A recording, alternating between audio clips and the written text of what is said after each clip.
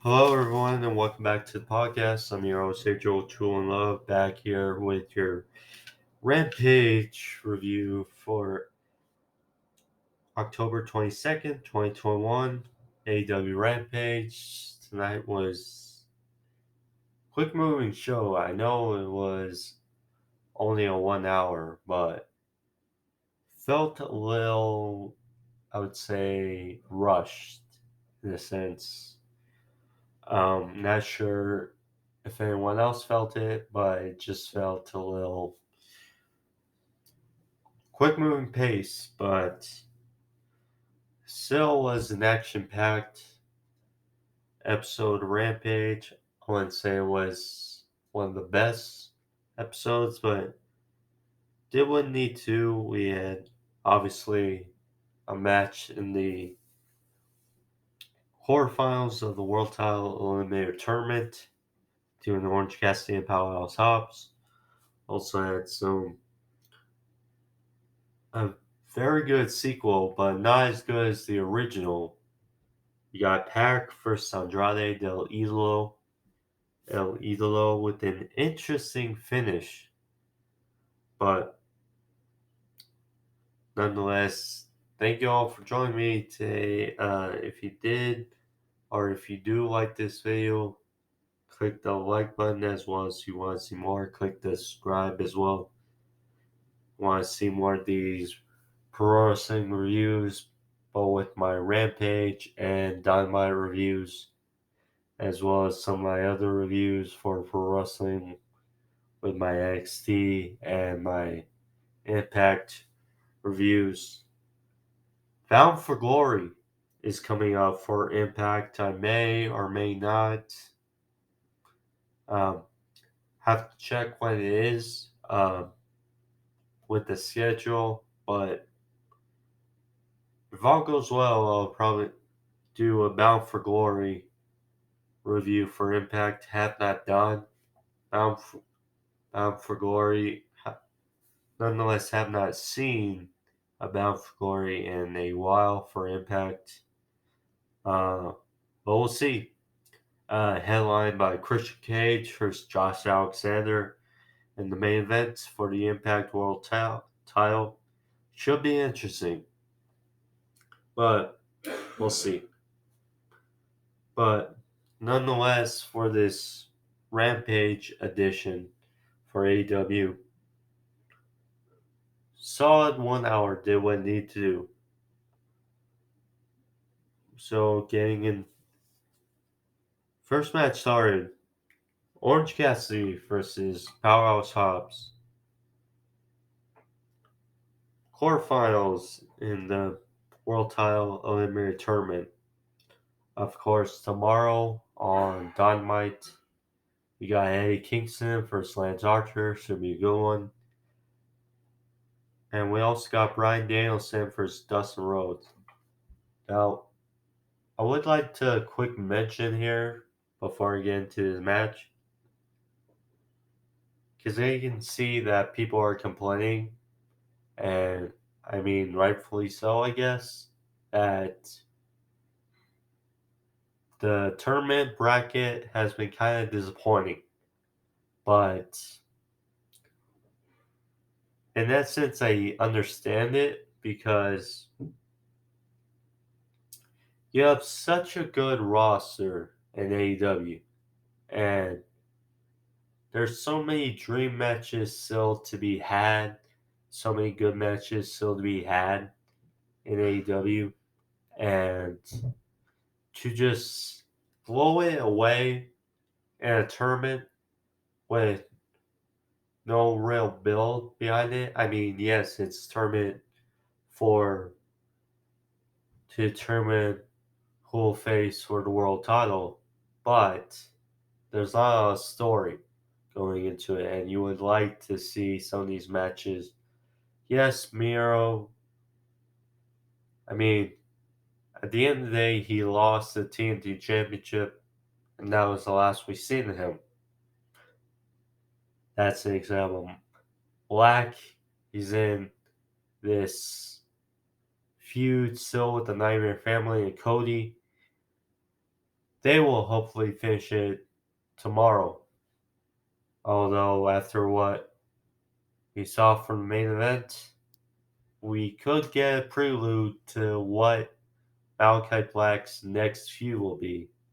But that's just a few examples. Adam Cole, you know, Adam Cole I would like to see in the tournament, but, you know, again, this is about building new stars and homegrown talent really for AEW. So I get it, the brackets, but we'll see. So anyway, getting into the match between Orange Cassidy and Powerhouse Hobbs, this was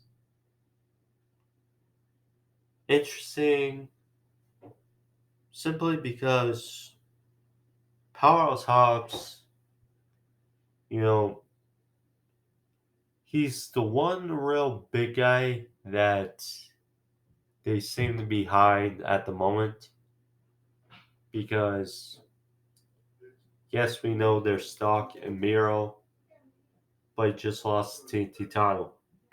And Archer, he's in the limited tournament as well, but really, they're still letting him marinate with Hobbs, and he's still finding his footing, but he's getting better and better. Orange Cassidy here, he has ribs taped up, which they're saying was an attack by Matt Hardy. Um, which played into the finish, which they would need to, but they showed a replay of the two's previous match last summer when Hobbs was still trying to find himself really, and that was a quick match between Cassidy and Hobbs, and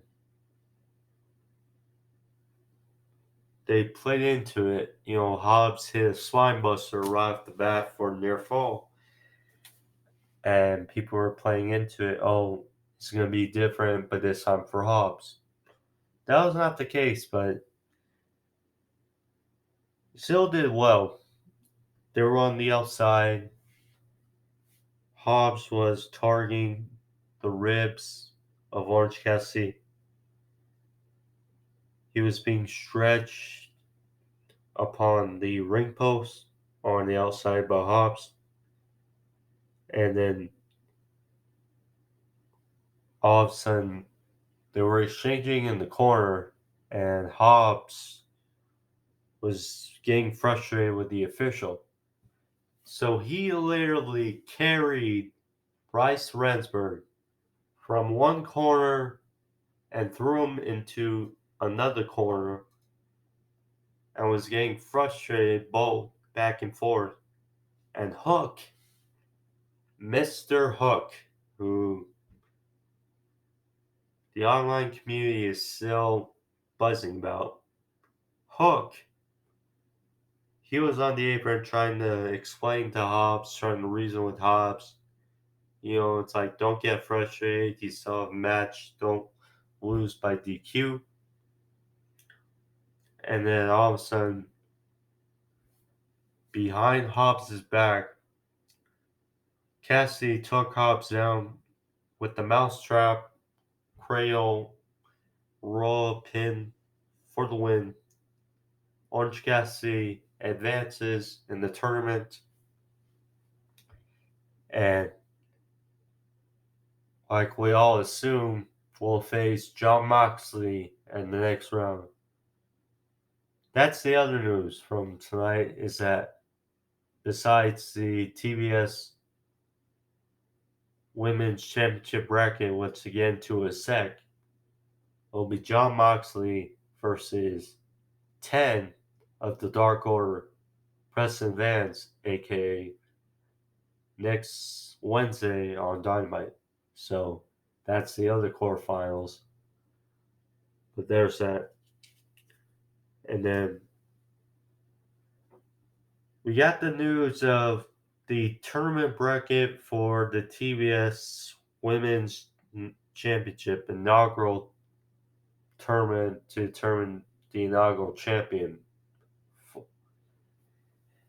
for the women. Now, as it stands, there's 4 buys. Thunder Rosa, Jade Cargill, Nala Rose, and then actually one sec. Luckily, I was able to take a picture of it.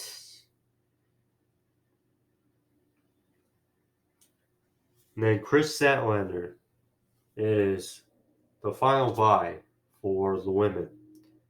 So then the opening brackets are Anna Jay versus Jamie Hayter, The Bunny versus Red Velvet, Serena Deeb versus Kawashita, so rematch, which I imagine Kawashita will get her 50th win there.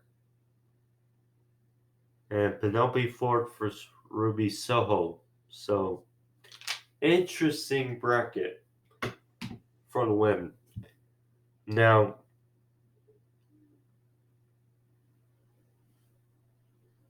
bunch of talented women, obviously, for the bracket.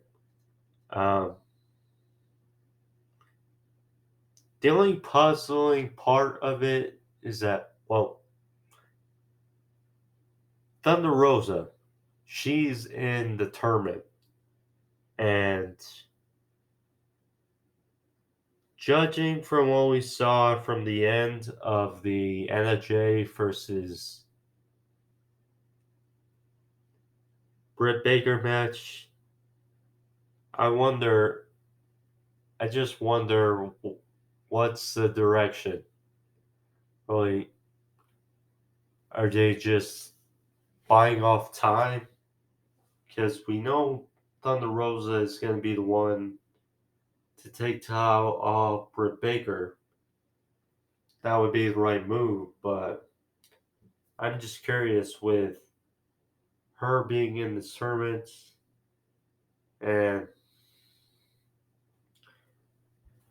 we just have to see. But there's that.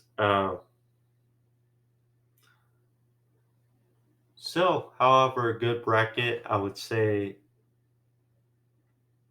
my 3 favorites, I would say, are Ruby Soho, Chris Statlander, and Jade Cargill. Those are my favorites. Now, that's subject change, but, we'll see. But that's the bracket to determine the inaugural TBS Women's Champion. So then we get the Lucha Brother, Penta and Alex Abrahate. They're out. They're gonna be interviewed by Tony Schiavone. Phoenix was not there because of the finish from the match last week on Dynamite for the AAA Mega Tag Team titles, in which FTR now the new AAA Mega Tag Team Champions. So there were two guys out in the crowd who had the same masks on that FTR did in their swerve like maneuver and being those green luchadors for Andrade. So Penta took the microphone and spotted these guys in the crowd. Then they were unmasked, not FTR, And then FTR from behind attacked Abrahantes and Penta, and Tully Blanchard also ganged up on Abrahantes in the ring. Penta was down in the corner outside the ring, and then PAC came out for the save, part of Death Triangle, and after FTR, they held up the AEW Tag Team titles. So that was that. So first, people were upset at the decision for FTR to win the AAA Mega Tag Team titles. So there's that. But it seems correct. But the conclusion I drew from it was okay, FTR now going to represent AEW and the AAA Mega Tag Team titles over in Mexico. Now we get this segment where FTR, the visual, this seems like it would be the matchup for Full Gear, perhaps, signifying that FTR won both titles, AAA and the AEW World Tag Team titles, from the Lucha Brothers. They want all of the gold. And that would be a heck of a match to have for Full Gear. Plus, FTR won the titles in strange fashion. I mean, you don't want to give the Lucha Brothers a short title reign. And we know Santana Ortiz, along with Inner Circle, are feuding with Dan Lambert and American Top Team guys with Men of the Year. So there's that. So we can perhaps do the match at Full Gear. Lucha Brothers get a title defense in. Should be a fun match. And then at the end of the year or at Revolution, we get Santana Ortiz versus Lucha Brothers, and there's that, where Santana Ortiz get their moment in the sun, and they become new AEW World Tag Team Champions. It's a thought, but if this is the direction, I'm all for it.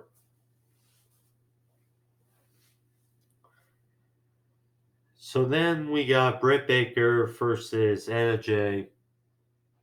This match felt kind of iffy. I can tell you, if you're Adam Cole and Jungle Boy in the back, you gotta be happy. Somewhat. Seeing your boos in action. But this match felt a little sloppy in the sense that both styles did not really clash. You know, the progression of Britt Baker to what she is now, the star that she is now. Anna Jay, of course, she's still relatively getting back to where she was before shoulder surgery. And she's back. She still had the tape on her shoulder, but nonetheless, it was okay. Baker hit a sling blade and a twisting neck breaker for 2. And she dropped Jamie Hayter off the apron. She had the Queen Slayer choke on Baker, but Baker got to the ropes. Finish match came when Baker hit a super kick and then applied the lockjaw on Jay, and Jay tapped. And Britt Baker non-title, but she gets the win. After the match, she applied the lockjaw to Jay again, but her best friend Ty Conti, she came out for the save. Uh, while the lockjaw was still on, she has small super kick to Britt Baker and then fought her off. And then she held up the AEW Women's Championship, which is another thing. So again, like we've been discussing about Thunder Rosa, she's tied up in this TBS Women's Championship tournament. So the guess is who would be lined up to face Britt Baker for the Women's Championship at Full Gear. Well, it seems to be from this segment that it may be Ty Conti. Ty Conti, you know, we saw her in NXT, we know, but they didn't really use her. Here in AEW, she got better, but she's had some bumps in the road, so she hasn't had a lot of momentum going. And with the defeats of Chris Statlander and Ruby Soho, it's kind of changed the favor, but seems like it may be Ty Conti versus Britt Baker at Full Gear. I mean, wouldn't be a bad match. It's just story behind it is gonna be a little tricky. Then, as I mentioned, the brackets for the TBS Women's Championship Tournament. Then tomorrow night, again for Dynamite, Malachi Black versus Cody Rhodes 3. We got both two more matches in the AEW World Title Eliminator Tournament. Bryan Danielson versus Dustin Rhodes, and Lance Archer versus Eddie Kingston. So now we get to the main event. Again, this was fast moving for 1 hour, but the main event did not disappoint. Andrade El Idolo versus PAC 2. Now, they did have the pre-match interview, but Mark Henry, he was not there. I'm not sure why, but a little strange. Tony Schiavone, he did do the interview, so was okay, but a little different. And then Andrade noted in the interview that he has friends in all over the world, which credit to the ending of the match. But match again, what you'd expect from these two of the best, very best in the world. So right off the bat, PAC hit a snap German suplex, sent Andrade to the outside. Then a twisting tope Con Hero by PAC on Andrade to the outside. And then Andrade followed up, which it's just impressive to see his corkscrew splash from the middle rope to the outside, the way he can twist his body like a cruiserweight, in which Ricky Starks said. And this guy is 230 to 40 something pounds. Just thrill to see. So they got two back from commercial. Andrade hit the Three Amigos, Cool Guerrero for a near fall. Then a interesting spot. So they were coming off the ropes. Andrade hit a beautiful big boot. It's stagger pack and went for his draping springboard from the outside or from the inside to the outside onto the apron DT. But PAC out of the way and Andrade took a nasty fall on the outside, but regrouped. Then PAC hit a Hurricanrana, which sent Andrade into a chair in the corner and the barricade area on the outside, which slowed it down for a bit. And again, with a match so action packed, these spots can really let it sink in and let it breathe. And then PAC, another beautiful spot, he hit Acai moonsault from the top rope to the outside onto Andrade. Looked like PAC hit his head on the way down, but looked okay. And then they were back in the ring.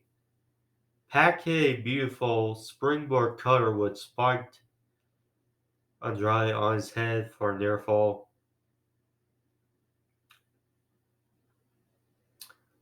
And then Andrade, they were on the apron again.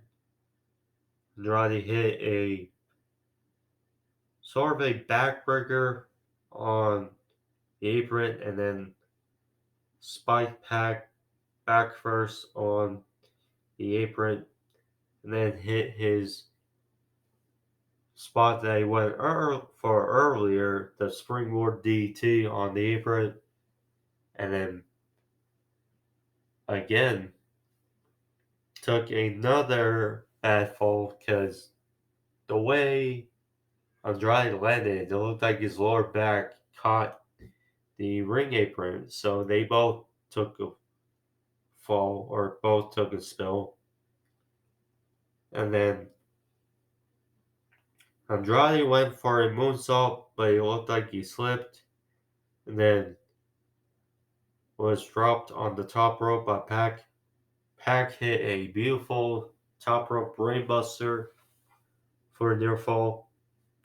And then they were exchanging again with some slaps. And then PAC hit a super kick, followed with a poison rana. And then they were going back and forth, exchanging near falls. And then Andrade again went for his hammerlock DT. But PAC countered into a roll up cradle onto Andrade for the surprise victory. And then right off the bat, after the finish game, the lights go out. And then as they come back on, Malachi Black, he's in the ring having a stare off with Andrade and PAC. And he spews the mist in PAC's eyes. And then they show an attack on PAC. And then all of a sudden, Arn Anderson, he comes out, or Mr. Armed Anderson, as people are calling him. He comes out, gives a gesture to Black, and then Cody from out of nowhere blindsides Malachi Black with the attack, fights off Andrade, or Andrade retreats, and then there was a chair that Black got, and Cody was about to level Black with his chair, but Black retreated, and little prelude again towards the match tomorrow night, and perhaps Malachi Black's next feud, Black versus PAC. I would definitely get behind.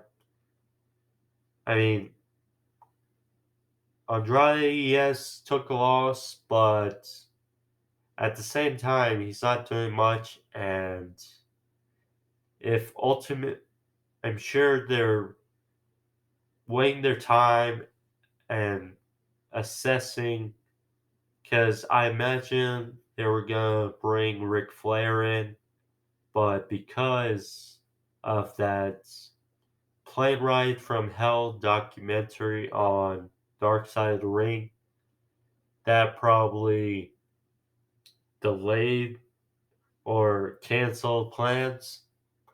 And Chavo, they say he's filming a movie or something. So, I mean, they're probably still weighing and assessing before they can really digest something with Andrade.